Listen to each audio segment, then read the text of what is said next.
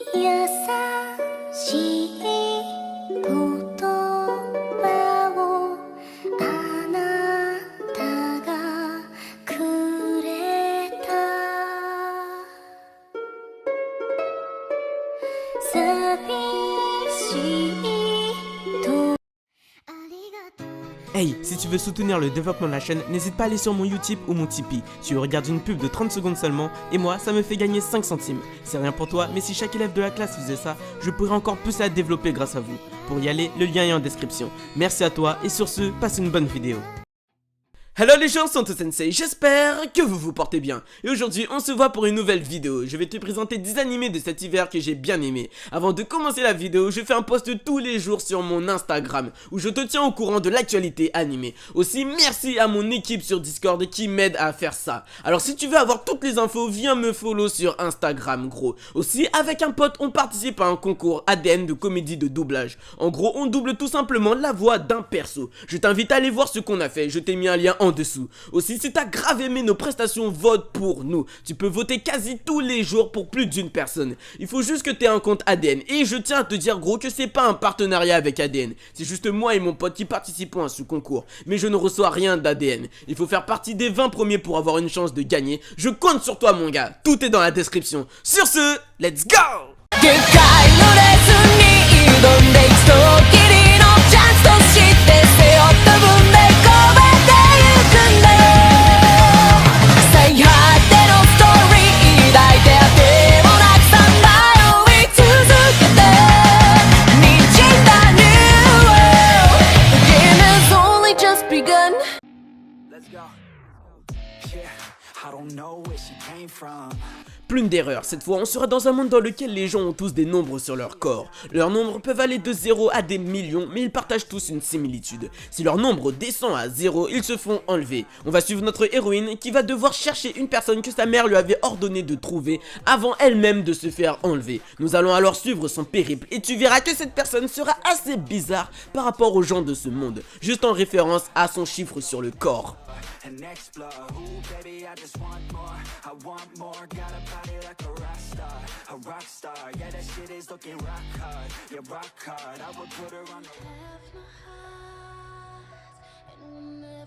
Nanabunu ni joue ou ni. Un jour, un mur va envoyer une lettre et va demander à rassembler 7 filles. Ces filles vont devoir devenir amies et créer un groupe d'idoles ultra appréciés. Nous allons donc suivre la vie de ces 7 filles qui vont devoir s'entraîner pour faire kiffer leurs futurs spectateurs. Alors là, le résumé a l'air pas ouf. Cependant, tu verras que l'animé est vraiment super enjaillant. En fait, à chaque fois, le mur va envoyer une lettre et va obliger ces filles à faire des bails. Bon, t'inquiète, il va pas leur demander de faire des choses X, mais tu verras que certaines de ces demandes deviendront un énorme problème pour certaines filles. De plus, on ne sait pas ce qui arrivera si les filles ne font pas ce que le mur leur dit de faire. Vont-elles mourir? La population sera-t-elle massacrée? Personne ne sait ce qui arrivera du coup, si elles ne font pas ce que le mur leur dit de faire.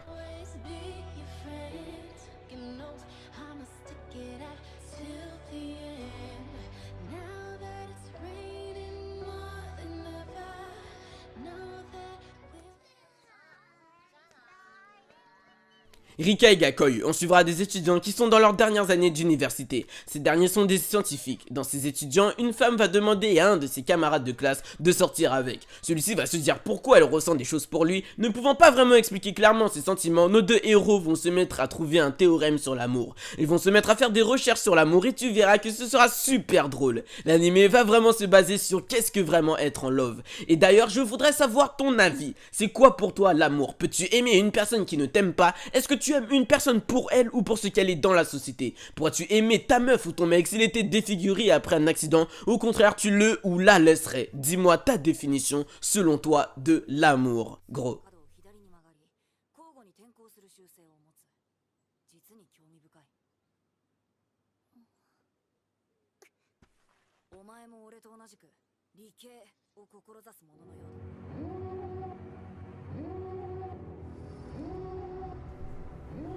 pète. On sera dans un univers où des personnes peuvent rentrer dans l'esprit de d'autres et y faire des choses. Je vais pas te mentir, je trouve ce pouvoir de fou. Rentrer dans la tête d'une personne et faire ce que tu veux, incroyable mon gars. Nos personnages vont donc par exemple réécrire tes pensées, te faire croire que t'es leur gars, juste en quelques secondes. C'est un truc de malade. Dis-moi ce que toi t'aurais fait si t'avais cette compétence. Moi je pense que j'aurais chopé des bails gratos. Nos héros vont faire des missions de manipulation. Cependant, que se passera-t-il le jour où nos héros voudront arrêter ces missions et qu'ils devront se battre contre leurs alliés avec les mêmes possibilités?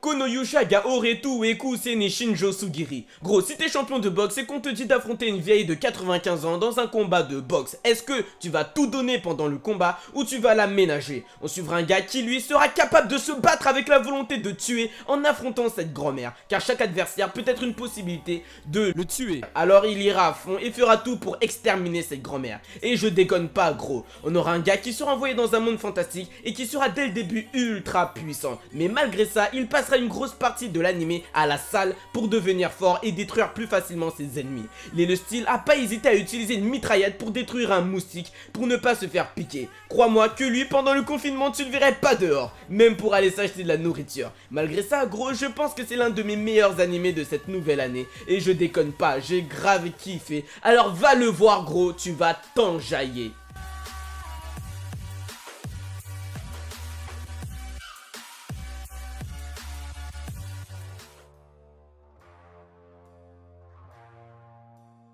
Infinite Dendrogram, on suivra Reiji, un jeune homme étudiant à l'université. Notre ami va jouer à un jeu dans lequel tu peux ressentir tout ce qui se passe. Tu rentres dedans et deviens un personnage du jeu. Le truc, c'est que Reiji va trouver ultra réel le jeu, au point où on pourrait se dire que les personnages ne sont pas des PNJ mais des vraies personnes. Est-ce que les programmeurs du jeu sont des gens super compétents, ou peut-être que les personnes dans ce jeu en sont de vrais? Mais à ce moment, est-ce une bonne chose de tuer ses adversaires? Et en plus de ça, l'histoire du jeu est assez violente. Alors comment réagir quand la réalité semble fusionner avec l'irréel?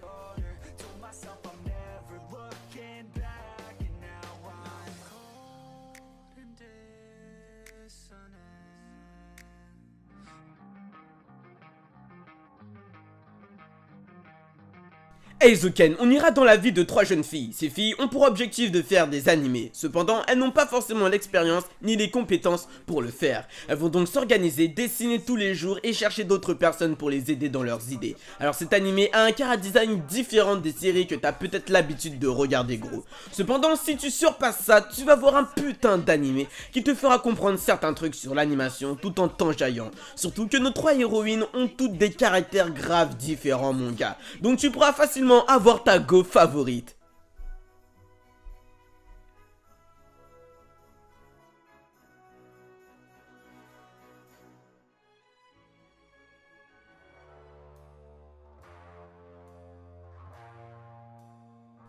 Bofuri, on suivra notre belle Maple. Notre personnage va entrer dans un jeu dans lequel tu peux sentir la douleur pendant les combats. Notre Maple, ne voulant pas souffrir, va se faire un personnage en mettant toutes ses statistiques dans la défense. Cependant, en créant un perso full défense, elle va se rendre compte qu'aucun personnage ne peut lui enlever des dégâts et va devenir une des joueuses les plus fortes du jeu. Nous allons alors du coup la voir dans ce monde dans lequel réussir à lui faire quelques dommages veut dire que tu es ultra puissant.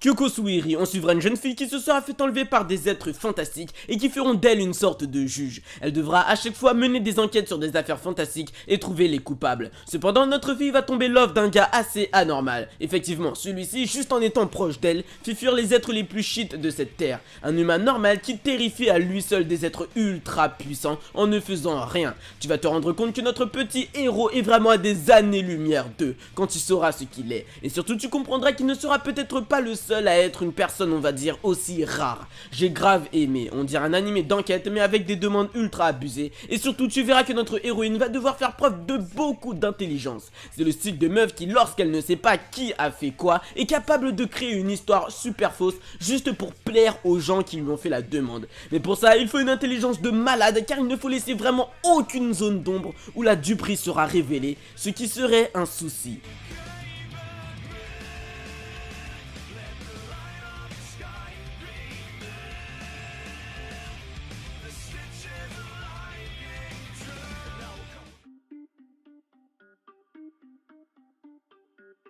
Darwin's Game, on suivra la vie de Kaname, un lycéen banal. Celui-ci va un jour recevoir un message lui demandant s'il veut jouer à un jeu s'appelant Darwin's Game. Notre ami va accepter et va rentrer dans un jeu où il mettra sa vie en jeu. En gros, il recevra une sorte de capacité lui permettant de faire des choses de ouf, mais aussi lui servant à tuer ses ennemis. Mais notre Kaname, lui, est un gars banal. Il n'a pas pour projet de tuer des gens. Cependant, que faire quand les gens, eux, veulent te massacrer? Se laissera-t-il se faire massacrer ou va-t-il être obligé d'utiliser son instinct de survie et devra tuer pour survivre?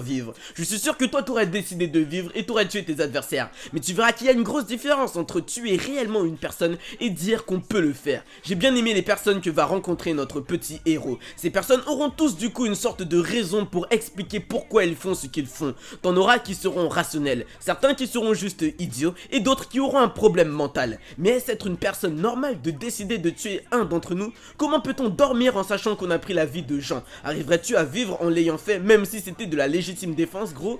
Imagine que ton adversaire a des enfants ou se bat pour gagner du fric pour financer la recherche à un vaccin pour la maladie de ses enfants. Pourrais-tu le massacrer en sachant cela? Tu vois à quel point c'est psychologique quand tu réfléchis à ça en te mettant dans la tête de Kaname. Cet animé est super bien, gros. Alors va le voir, mon gars, tu vas kiffer comme jamais en le regardant, mon gars.